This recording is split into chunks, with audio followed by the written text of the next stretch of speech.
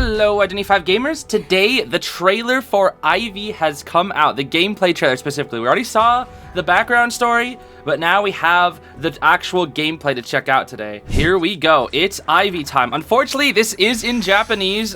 There is unfortunately no English translations yet, but I just want to see what she looks like, see what she can do, and hopefully the English translations will come in just a second. So there she is, looking very wicked, I must say. And her weapon is actually longer than I thought it would be. I think it's supposed to be like a clock or something. Okay, obviously I can't read this. Whoa, what the? What? Oh, there's like an eyeball counter. What the heck? Huh? Yo, what? Hold on, this is cool. What the heck? Wait, that's invisible to survivors? And it can go through things? What the heck? Dude, this is... Can she swap with it? Okay, this is freaking weird. Whatever the heck this is. What? Dude, what? Can she cancel harassment? Dude, this is freaking weird. Bro, what? How do you counterplay that? No way. Bro, like, they literally... You just like... All right, come to me. Come to me right now. Come to me. Dude, what is that? Why does she have listen? What? Dude, how? How do you, what's the counterplay? Oh my, I guess you have to break line of sight or something? Because it seems like if you're in her sight. What the? Dude, okay. Whatever, dude, you're basically controlling two things at once. What the? I really wish I had translations right now. This is freaking weird. What? So he's literally possessed. No way. No way she could teleport to Bro, what? This is freaking weird, dude. What? Okay. Yeah, the possession only lasts for a certain amount of time though. Huh. Oh, it must last longer at full like more presence. Dude. What is that? What even is that? Oh my gosh. Dude, all these like counters and timers. This is like actually kind of freaky. I can't even lie. It is actually freaky. That's gonna be so scary, dude. That sound effect? Nope. Bro, she can counter harassers. Nope. So I don't think so. Yeah, survivors cannot see it. I don't think they can see the little spirit. Bro, what? Is she actually immune to harassment? What was that? No way. No way. She actually counters harassment. So why would you ever bring excitement on this character? What the heck?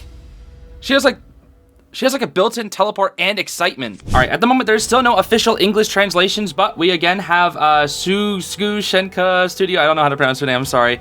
But it looks like they have provided some explanations in English for Ivy here. Very spooky. When a survivor looks at her face, their corruption level increases by 4 points per second in a 15-meter radius. So, you know how people always say looking behind you is good, right? Yeah, not against her, apparently. Usually you want to look behind you when you kite so you can predict what the hunter's going to do. Apparently not anymore. So here we go. Once corruption reaches 100 points, survivors start to move uncontrollably and very slowly for 3 seconds. If they're inside fear radius, they'll move toward the hunter.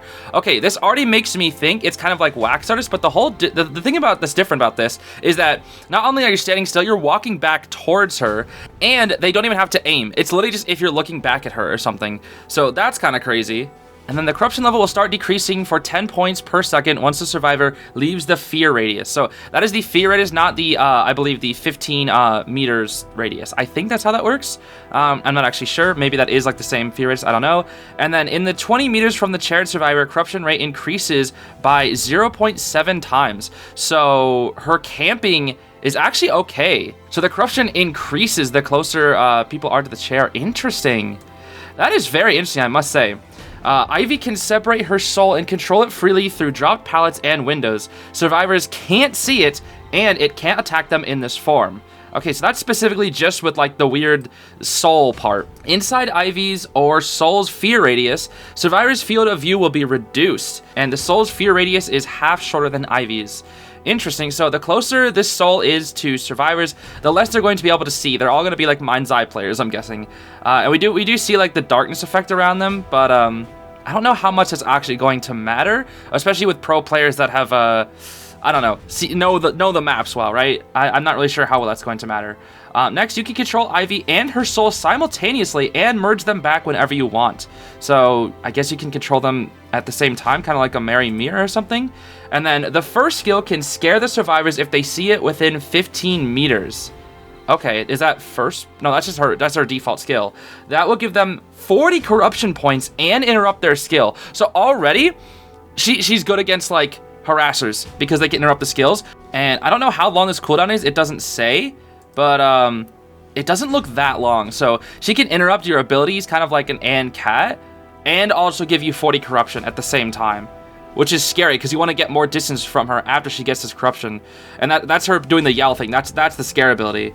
Interesting. You can do that in both forms as well. The soul will be visible for a brief moment after using this skill. Okay, so the soul and her can scare. I wonder if they both have the same cooldown though. Interesting. So I guess a play would be to, you know, if they're above 60%, use the soul, go through pallets and windows, scare them, and then they have to walk back towards you so you can catch up. That's spooky, dude. Next up, you can possess the survivors with the soul to see their location and their camera angle. That's interesting. Increase their corruption level by looking at their face and scare them with the first skill. Interesting. So they literally get possessed by the little soul, but the soul doesn't actually like do anything. You just see that their location, which I guess is good. So you don't get mind gamed as well if you're possessed. The possession's cooldown is 40 seconds for each survivor and will be reset when they get knocked back down. Okay. I see. Interesting stuff, dude. This is all really interesting. Possessing a survivor will create a soul shard, which lasts for 150 seconds, and a maximum of 6 of them can be created. The oldest one will be destroyed after exceeding the limit. Okay, is this the little teleporting thing? Inside the shard's area, survivors will gain 9 corruption points for each second. Survivors can destroy the shard, but not earlier than 40 seconds after its creation. Okay. So that actually helps. I was about to say, if these things were just sitting around throughout the map and you couldn't break them, that would give her tons of map presence because it looks like she can teleport to these things. But for the first 40 seconds, you will not be able to destroy it. Interesting. Ivy can teleport to any soul shard if it's not destroyed. 45-second cooldown. That just gives her more map presence. So the more you teleport, the more soul shards you're gonna have, and that just increases her map presence. This is interesting. This is actually like more focused on map presence. I like this. I do like this. Oh boy, the map control here is really cool. First presence skill reduces the possession's cooldown from 40 seconds to 30 seconds. That's it? That's it? Okay, that's fine, I guess. I mean, that is gonna snowball, but like, I don't know. Only a reduced cooldown as your first presence? I don't know. The second presence skill, after teleporting to the soul shard, it will spread the corruption effect and deal 40 corruption points to survivors inside the shard's area. Okay. So that's going to be good if you can see their location, you teleport to them, they get 40 corruption points, and then you can scare them for 80, like, oh my gosh, and if they're looking back at you, they get more. Oh my goodness, dude, this is interesting. This is very interesting. Okay, and that looks to be about it. It's all about building up corruption with this character and having, like, pretty solid map control. Interesting. Yeah, I don't know. Like, she's going to be able to cancel your skills, so that's the biggest thing. With the scare, she can cancel your skills. And if you stick around her for too long, try to harass her, you'll get 100, and then you'll just be, like, stuck, or she can just hit you for free. It looks like she can only basic hit, though, so that's going to be her biggest thing. She can only basic hit, but even then, dude, I feel like she's going to be weak to tight kiting, but I don't know, dude. This is interesting. I got to give it up. This is a really interesting kit.